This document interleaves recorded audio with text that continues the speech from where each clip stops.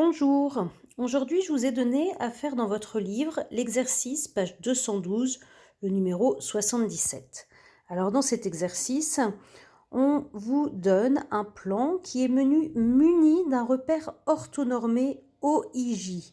Orthonormé veut bien dire que mes axes vont être orthogonaux, perpendiculaires, et normé veut dire que l'unité sur l'axe des abscisses sera le même que l'unité sur l'axe des ordonnées.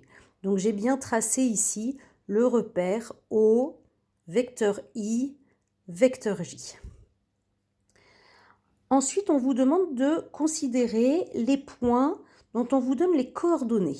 Alors, moi j'ai placé dans mon repère justement ces fameux points.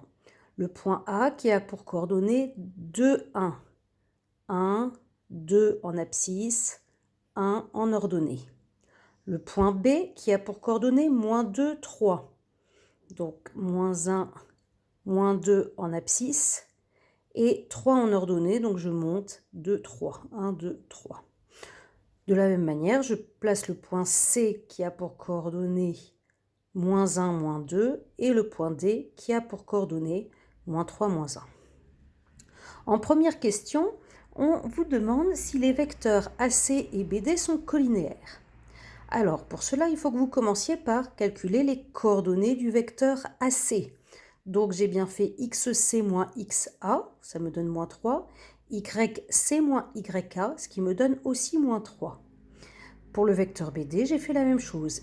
XD moins XB et YD moins YB, ce qui me donne moins 1, moins 4. Et ensuite, on va calculer le déterminant de ces deux vecteurs. Le déterminant, c'est la formule suivante qu'on a vue dans le cours sur laquelle vous êtes entraîné la semaine dernière. Donc, j'ai mis le calcul et j'obtiens comme résultat moins 9. Moins 9 n'étant pas égal à 0, ça veut dire que la condition de collinarité n'est pas vérifiée. Ce que j'écris bien, c'est très important de bien le préciser. Comme la condition de collinarité n'est pas vérifiée, les vecteurs AC et BD ne sont pas collinaires.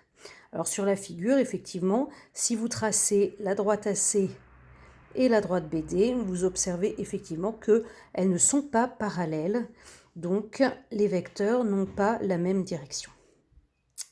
Dans la question 2, on vous demande de démontrer que le quadrilatère ABDC est un trapèze ABDC.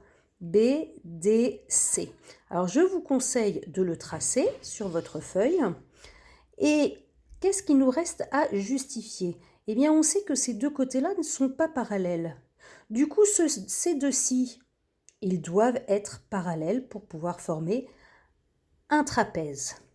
Donc pour ça, on va calculer les coordonnées des vecteurs AB et CD et voir si leur déterminant vérifie la condition de collinarité. Alors le vecteur AB, je l'ai recalculé, ça fait moins 4, 2. Le vecteur CD, j'ai calculé ses coordonnées et on applique la même formule qui est le déterminant de ces deux vecteurs. Et on obtient 0. Ça veut dire que la condition de collinarité est bien vérifiée et que ces vecteurs sont collinaires. Alors, qu'est-ce que ça signifie? Eh bien, grâce à la question 1, on a justifié que les droites AC et BD ne sont pas parallèles. Dans la question 2, on a justifié que les droites AB et CD sont parallèles. Donc, j'obtiens bien un trapèze. Dans la question 3, on vous donne le point E qui a pour coordonnées 3, moins 4. Et en petit a, on vous demande de démontrer que les coordonnées du milieu qu'on appelle M du segment AB sont 0, 2. Donc je vais calculer les coordonnées du point M en considérant que M est le milieu du segment AB. Si M est le milieu du segment AB, ces coordonnées sont de cette forme. C'est une propriété du cours que nous avons vu. Je remplace XA, XB, YA et YB par leurs valeurs et j'obtiens effectivement 0, 2 comme coordonnées. Dans la question P, on vous demande si les points D, C et E sont alignés. Alors souvenez-vous, on a vu que 3 points étaient alignés si deux vecteurs formés par ces 3 points sont collinéaires. Donc je vais former deux vecteurs avec les points CD et E. J'ai le vecteur CD et le vecteur CE par exemple. Vous auriez pu faire CD et DE ou DE et EC. D'accord ?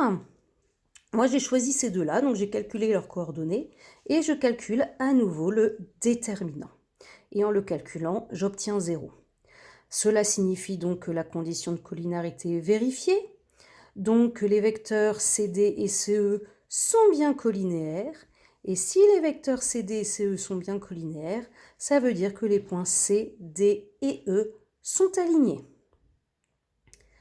En question petit c, on vous donne un point F qui est défini à l'aide d'une égalité vectorielle qui est celle-ci. C'est ça qui est écrit dans votre livre. Et on vous demande de déterminer les coordonnées du point F. Alors ici, les coordonnées du point F, je les ai appelées X et Y. J'ai remis le vecteur AC, qu'on avait calculé tout à l'heure, ses coordonnées sont -3, -3. J'en ai déduit que 1/3 du vecteur AC avait pour coordonnées -1, -1. J'ai calculé les coordonnées du vecteur AF en fonction de X et Y. C'est XF, donc X moins le XA qui est égal à 2, et Y c'est YF moins le YA qui est égal à 1. Et maintenant, je vais repartir de cette égalité vectorielle.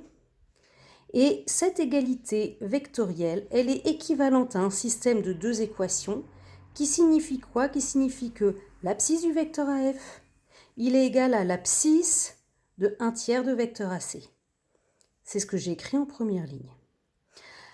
Ça signifie aussi que l'ordonnée du vecteur AF, il est égal à 1/3 de l'ordonnée du vecteur AC. C'est la deuxième ligne que j'ai écrite. Donc on a une petite équation là à une inconnue qui est X, une petite équation à une inconnue qui est Y, qui se simplifie très rapidement, et on obtient X égale 1, Y égale 0. Donc le point F, il a pour coordonnées 1, 0. Et nous aboutissons à la dernière question. Dans la dernière question, on vous demande si ces trois points qu'on vous a donnés sont alignés. Donc le point M, dont on a calculé tout à l'heure les coordonnées, qui est le milieu du segment AB. Le point E, qui a pour coordonnées 3, -4, on vous l'a donné. Et le point F, qu'on vient de calculer, qui a pour coordonnées 1, 0. Pour savoir si ces trois points sont alignés, on va regarder si deux vecteurs formés avec ces trois points vérifient bien la condition de collinéarité. Donc moi j'ai choisi le vecteur MF qui a pour coordonnées 1, -2 et le vecteur ME qui a pour coordonnées 3, -6. Et donc j'ai calculé le déterminant. Alors vous avez vu, je l'ai écrit différemment cette fois-ci.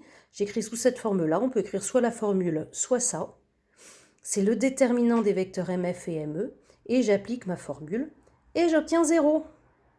Donc la condition de collinarité est bien vérifiée, ce qui signifie que les vecteurs MF et ME sont collinéaires, et comme ils ont bien un point commun, ça signifie que les points M, F et E sont alignés.